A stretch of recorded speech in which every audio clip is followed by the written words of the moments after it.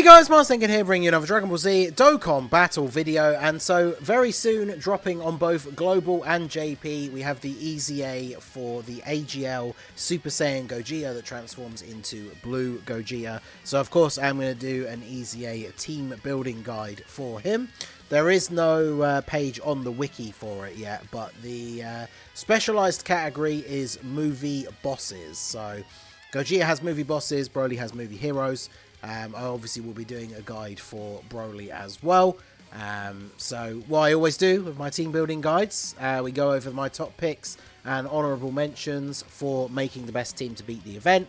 Obviously, if there's any units that I miss out or that you think I should have talked more about, let me know down below in the comment section. And obviously, if you do find the guide helpful at all, just go ahead and hit that like button. So we don't have the wiki page up, like I say, which I would normally show at the beginning to show the type disadvantages, because once you get to stage 20 in a 30-stage EZA, particular typings of enemies always, or of units that you can use, always start to do like a lot less damage. Things like 80%, which basically makes them pointless to run unless you're only running them for their defense. So for the Gogeta one, it is all super type units, which, let's be fair, when it comes to movie bosses, is only Beerus and Whis and Tapion. So not really a huge loss. But also STR, which, I mean, that's the type disadvantage typing anyway, but units like Cooler would have still been able to go pretty crazy, especially like him and the EZA one. But they are going to be getting the massive damage reduction. So unless you have no other units to use, I mean, like EZA Cooler obviously is still a good support unit for a lot of the units that you could run, and post EZA he is very good defensively, but he's just not going to be doing a lot of damage, which is what you need to bear in mind. So a unit like Cooler, for example, he could be getting his like 4 super attacks in a turn, and even if they crit, they're not going to be doing the kind of damage that we would be used to him doing. So I'm not going to talk about any STR units in this video at all, but obviously if you need to fill in the gaps on your team, then you certainly can do that. So starting off with the lead, we probably have the best choice is going to be AGL Turles. The main reason for that is, of course, he has the full movie bosses, 170 leader skill and 3 key, but he's also a support unit. He also provides defense when there's a superclass ally, right? So he's supporting attack and defense and key, and it means you get the flexibility to build the team any which way you want. And you can just have this guy as a floating support unit if you want to, or obviously you can have him on rotation with somebody else. He obviously has Saiyan links, so he can link, although not perfectly, he can link up with like Broly units and stuff like that. So he is good enough post EZA that his only use is being a third slot support. He's actually good for being on rotation, and of course when he transforms, you're able to do big damage. He can transform based on HP restrictions. I mean, until you get to the harder stages, it is only 80% or below. But you're not going to be able to activate this until, I guess, turn 2. He could be on turn 2 if you take 20% damage in turn 1. And then when he transforms, he just puts out a lot more damage. So good for the leader skill, very, very useful for the team, either as a support or when he transforms, he'll be doing a decent amount of damage. So he probably is the best pick for the actual leader for the team. Gives you the most flexibility with the leader skill. So next up we have Int Broly, who is another movie boss's leader. His lead is only HP 130 and then attack and defense 170. So obviously still a good choice for the leader, but you'll have significantly less HP than if you use Turles as the lead. You're not fighting a pure or hybrid Saiyan enemy because of the way the game classes Gogeta, so he's not going to be getting his full buffs and like his full passive active, but he still will be a very useful unit, especially on the turns where he gets off his multiple super attacks. He's good offensively and defensively, so good stand-in for the lead, decent on the team. I mean, if you have him and you're using Turles as the lead, you can still put him on the team. He's still able to do quite a lot of damage. His active skill, you're only going to see it turn 5 unless you get like the God RNG 4 supers on turn 1, and then you can do it on turn 3, but I'm not really going to get to see that very often. But he will put out a decent amount of damage, so very solid option. We also have the physical Broly that's getting the EZA as well. So, I mean, I guess I'll mention this in the Broly guide video as well. But depending on which one of these EZAs you do first, then obviously you can then use that unit that you've now EZA'd to do the opposite one. So, post EZA, Broly's leader skill is 170 to full stats for movie bosses. Before, not so much. The problem is pre-EZA, Broly's probably not going to be very good for the event, whereas at least Gogeta, because of the dodging, could still be good in Broly's one. So I would probably recommend doing Broly's one first, and then you can use him as a leader for this team, or just put him on the team in general, right? Because post EZA, he is going to be very solid for an actual EZA event. So he's definitely worth considering. If you do his EZA first, then he's probably an auto-include on the team to get through Gogeta's EZA. So then we have Physical LR Janemba. So Janemba has a movie boss's lead 4 key and 150 to stats. So he can be a good stand-in leader, but he's a top pick for the team, even if you're not using him as the lead. You know, he's got decent stats, builds up guards in slot 1 or 2, builds up in slot 2. Don't really want to be putting him in slot 3, but he can be a very solid defensive unit. He builds up offense over time, which EZAs are obviously not super long, but he definitely can be very, very good. Good slot 1 unit, good anchor for the team, and can be a sub-in lead if you need him to be. So next up we have, this one's probably only really for the JP side, which is of course the LR Bojack with his EZA. Pre-EZA, he probably is still usable if you are lacking like one extra slot on the team and you just need to put one last unit on there. Then I guess he's not like the worst, but as you get into the later stages, he's going to be taking a lot of damage, especially from super attacks. But post-EZA, especially because he is a rainbow orb changer, if you have another space traveling warrior, which there are a couple that we'll talk about, you know, he could actually be quite useful for the team, even if he's just like a third slot floating unit or something. So he could be pretty good. And again, for like JP only, we have the AGL LR Golden Frieza, hopefully coming to global soon, but we obviously don't have him yet. So this Golden Frieza, perfect option for the team, good defensively, can build up to very good offense. Now, remember in EZAs, you can't use units with the same name on the team. So for global, if you don't have, well, we can't have this guy. So on global, you have the AGL TUR Golden Frieza or the Tech TUR Golden Frieza. The AGL one is the better tank. The Tech one does more damage. But I mean, in an EZA, especially against an AGL enemy, the Tech one probably is better than the AGL one to bring. Because he's not going to take crazy damage from a super attack even in like the later stages, but he will do a lot more damage than the AGL one does. So the Tech one's probably the best choice. If you're on JP and you have him, obviously the best choice is the LR, but a Golden Frieza on the team will definitely work very, very well.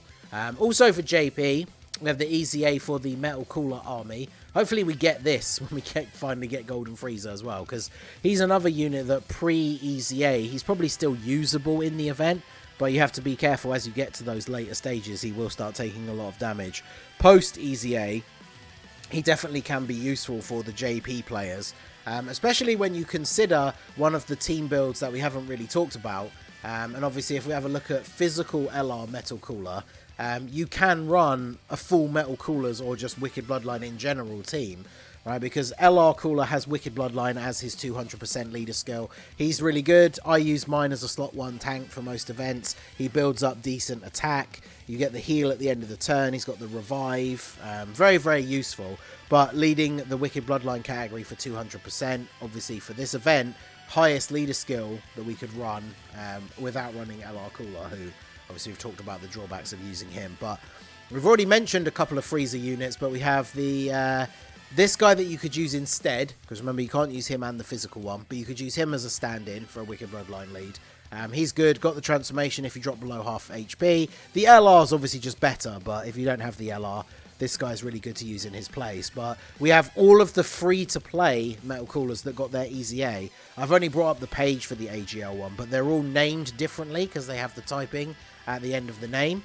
So you can essentially just make a team that is the full free-to-play Metal Coolers and then just run this guy or this guy, if you have him, as the leader, and then you would be able to use that team. You'd have to use the STR free-to-play Metal Cooler or just swap him out for some other Wicked Bloodline unit who would be better, because the STR one out of the free-to-plays is a support, but he's not going to be doing any damage. I guess he's probably still worthwhile running for the support and just to have that full Metal Cooler team mojo going, but the free-to-play Metal Coolers team is definitely a viable option. And then even if you are somebody who has, you know, more of the summonable units, rather than using all free-to-play Wicked Bloodline characters, we've got units like the Tech EZA transforming Freezer. Now, with his EZA and type advantage, he's going to be able to dish out a lot of damage while still being very competent defensively. You're never really going to see him get past, maybe you'll see third form, I guess, maybe on the harder stages, because we're still talking like turn 5 for this, right? So you're not going to see all of his forms, but he's going to be able to contribute quite a lot of damage to the event overall, so he'll definitely be very useful. We also have the physical cooler with his EZA, not the strongest unit anymore, but if we want to run a full Wicked Bloodline team to do this event, then obviously he is still very, very good. Builds up as he does his attacks, which he needs 10 in total, and he has a medium attack. He has a guaranteed attack built in that's a medium chance, so he's always at the bare minimum getting 2 attacks per turn. You've got the potential of the hidden potential one as well for 3. So it takes him a while to get built up. In an EZA, you're probably never going to see him fully built up, but he's definitely a worthwhile option. And then same with Tech Janemba here. So Tech Janemba, obviously if we're running the LR Janemba, or you could run the Int one or the STR one as defensive units. Again, remember the STR one won't do a lot of damage. But then if you're running any Super Janemba, or even if you're not, Tech Janemba is probably a top pick for the team as well. Because he provides that support to all the extreme class allies if you get the 4 type orbs, and then obviously he has damage reduction with 2 rainbow orbs. Now, because we're fighting an AGL enemy, you don't really have to worry about the damage reduction too much, so I would try and aim for always trying to get that 4 orbs for the support passive, because then he's very runnable on a lot of these teams. Regardless of how you've built them. Kind of like Turles, right? You can just throw this guy on the team, and then even if you don't want to run him on main rotation with a Janemba or something like that, you can just have him floating and he'll be providing that support. So there's quite a few big movie bosses units. It's funny how many movie bosses units that are really good are STR, because obviously we've got Cooler, we've got the LR Turles, who alongside AGL Turles would be really good for this event if it wasn't AGL.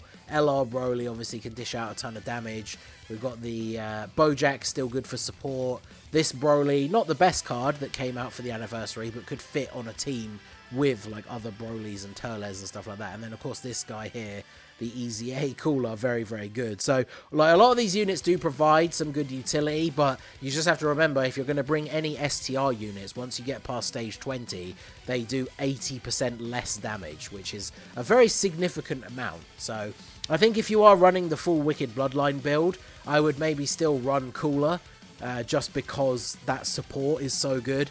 And even though he has type disadvantage, because he's in the bonus category, because he is a movie boss, once he's gotten off like his super attacks, his defense is going to be very, very high. So even having type disadvantage, he's only really going to get taken out by super attacks in the later stages. So I don't know if I'd run him if we were just running movie bosses. You have to remember he does only support transformation boost against one enemy, but if you're running a full Wicked Bloodline team or just a lot of units that are transformation boost, then Cooler could still be very, very useful. So obviously I didn't mention when we're talking about the golden freezers, but there is the free to play physical option if you happen to not have any of the summonable golden freezers, LR or otherwise. But other than that, I don't think, I guess Tech Broly, he's pretty outdated now, but you do at least have type advantage, so I guess if you could hide him from attacks, he will still be able to do a relatively decent amount of damage. But I didn't really feel like he was worth a mention. So there you go. Those are the top picks and honourable mentions for a movie bosses team in order to take down the EZA for AGL Super Saiyan Gogeta. I will be live streaming the EZA when it comes out, so make sure to keep an eye out on the channel. If you are subscribed already, hit that bell so you get the notification so you know that I'm live. And we'll be going through this one and the Broly one on stream. The Broly guide will be coming out a little bit later on this evening. So let me know your thoughts in the comment section. Like I said at the beginning, if I missed out any units or I didn't talk about a specific aspect of one of the units that I did talk about that would make them super good, let me know down below. And let me know in the comment section, what is your team build going to be for the Gogeta EZA. So that is going to be it for the video, guys. This has been the Masked Ningen. Smash that like button, subscribe to the channel if you are new. Check out the links down below for the Discord and the merch store, and I will see you all again soon. Have a good one.